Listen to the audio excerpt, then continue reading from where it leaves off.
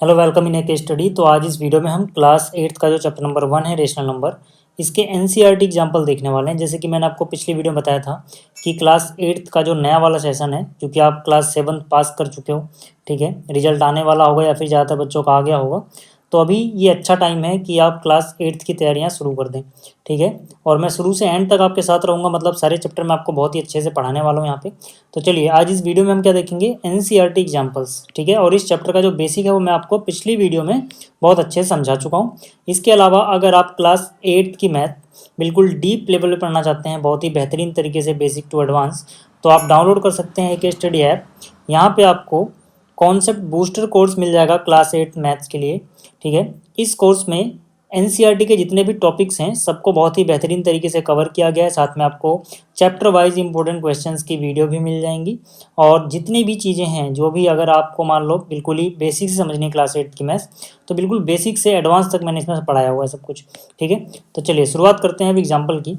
जो example number 1 है इसकी बात करते हैं। देखो, जो एग्जाम्पल नंबर 1 है इसमें हमें इसको सॉल्व करना है, ठीक। तो जो भी यहाँ पे गिवन है, ठीक है, वो मैंने देखो यहाँ पे कॉपी कर लिया। अब यहाँ शुरुआत में क्या है, 3/7, तो मैंने यहाँ पे उतारा। अब यहाँ पे देखो प्लस माइनस माइनस होता है, इसलिए मैंने यहाँ पे माइनस लगा दिया। फिर आगे क्या है, 6/11।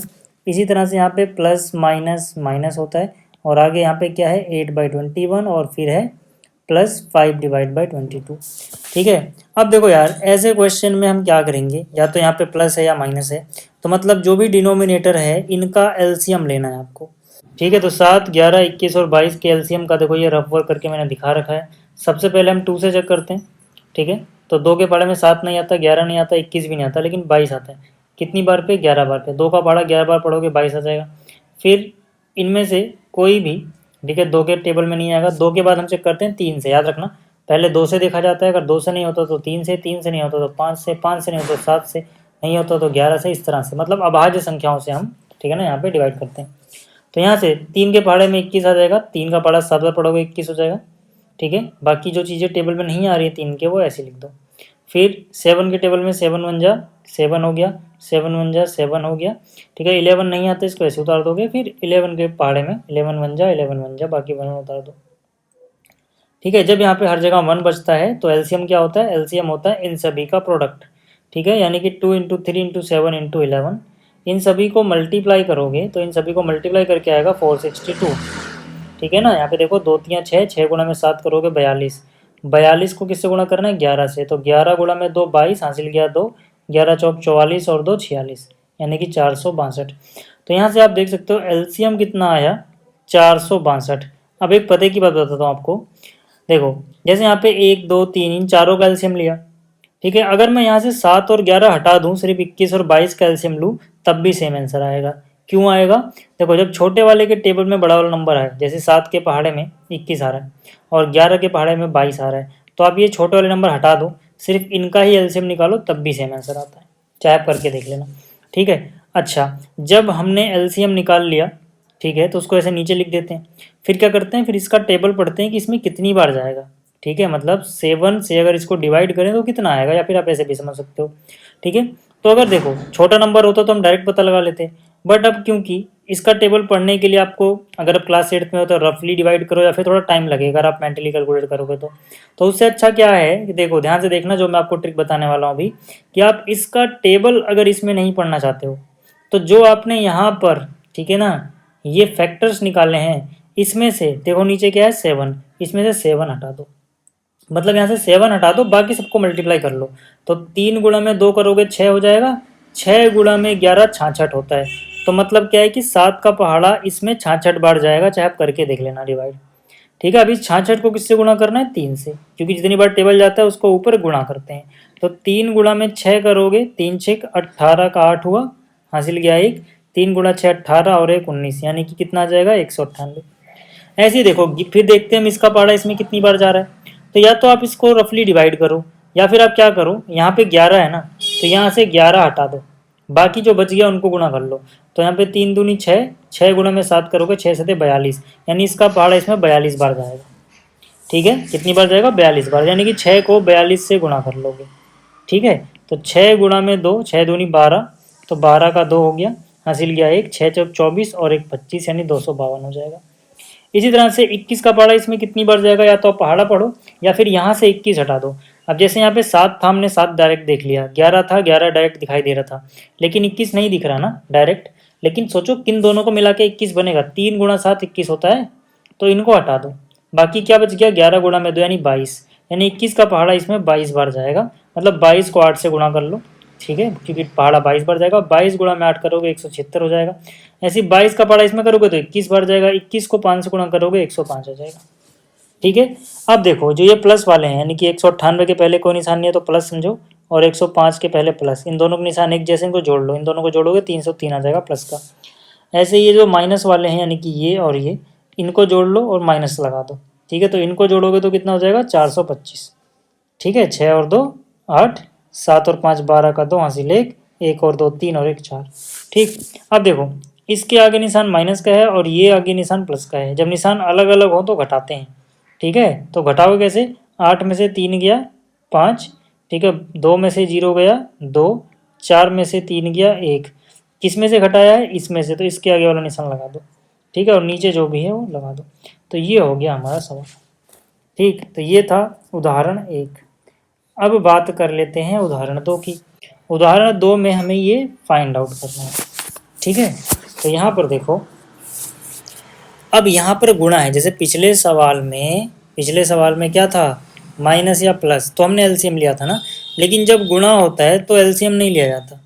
ठीक है, तब अगर नीचे वाले से ऊपर वाला कहीं कट रहा है तो काटो, अगर नहीं कट रहा है तो ऊपर की ऊपर गुणा कर दो, नीचे की नीचे गुणा कर दो। फिलहाल यहाँ पे कट रहा है, काटने के लिए याद रखना कि एक नीचे वाला होना चाहिए तो दूसरा ऊपर वाला होना चाहिए, दोनों किसी एक ही चीज़ के टेबल में आने चाहिए।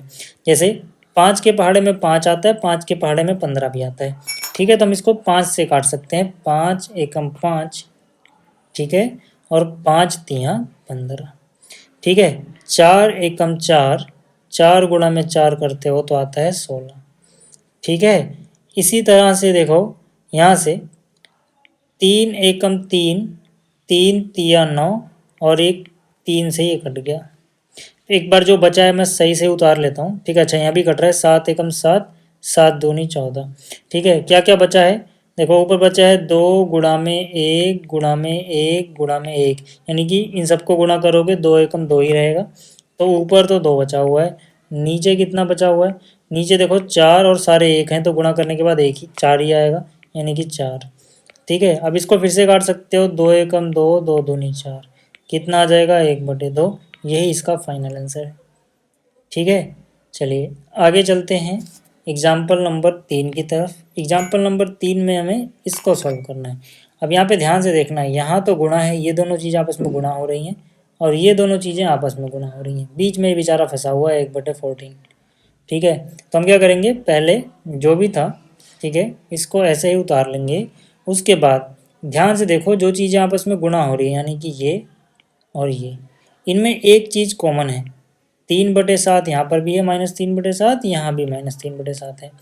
तो ज़्यादा अच्छा रहेगा अगर हम इनको एक साथ लिखें और इसको बाद में लिखें। तो देखो अगले स्टेप में मैंने क्या किया है, बस ये जो चीज़ है ना, इसको बाद में उठा के लिख दिया। ये जो चीज़ है यहाँ पर ये रही, ये जो चीज़ है यहाँ पे ये रही। समझ आ गया? तो मतलब कि हमने ऑर्डर चेंज किया ना, इसको पहले लिख दिया और इसको बाद में लिखा, तो इसको बोलते हैं कॉम्यूटेटिव प्रॉपर्टी, है ना। ये वाली चीज़ मैंने बाद में लिख दी और ये वाली चीज़ पहले, ठीक है ना। देख लो फिर से, ये वाली चीज़ मैंने पहले लिख दी और ये वाली चीज़ बाद में, ठीक है। तो इसे बोलते हैं कॉम्यूटेटिव प्रॉपर्टी। ठीक है, आपने पढ़ा हुआ है a + b को हम b + a लिख सकते हैं, मतलब ये पहले वाला बाद में और ये बाद वाला पहले, इसको कॉम्यूटेटिव प्रॉपर्टी बोलते हैं।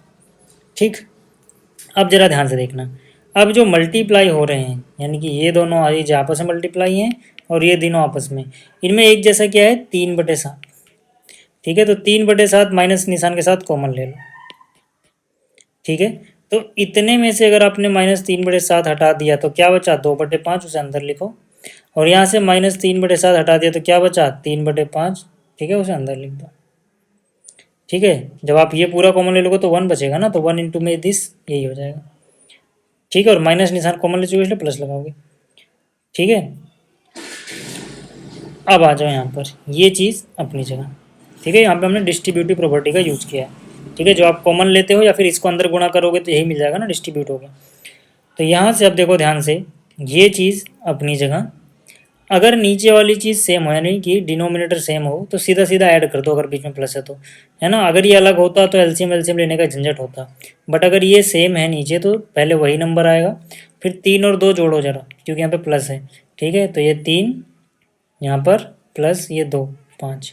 ऐसा आप तभी कर सकते हो जब नीचे वाला सेम हो, ठीक है। और माइनस में 1/14 अपनी जगह है, ठीक है। तो 5/5 तो 1 होता है ना, कट के ये 1 हो जाएगा, 5 एकम 5, 5 एकम 5।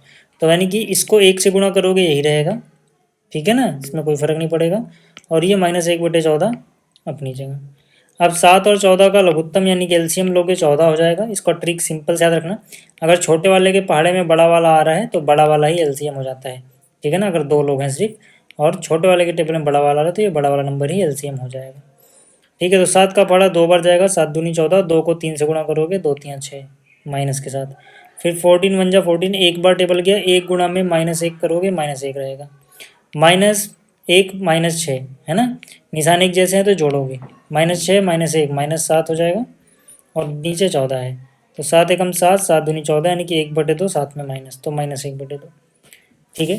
तो उम्मीद करता हूँ कि आपको ये तीनों एग्जाम्पल समझ में आ गए होंगे, ठीक है। जल्दी जल्दी हम क्लास 8 के सारे चैप्टर कवर कर लेंगे, आपकी तैयारी एग्जाम तक मैं बहुत ही अच्छे से करा दूंगा, उसकी चिंता मत करना, ठीक है। तो मिलते हैं जल्दी अगली वीडियो में। इस वीडियो को देखने के लिए धन्यवाद।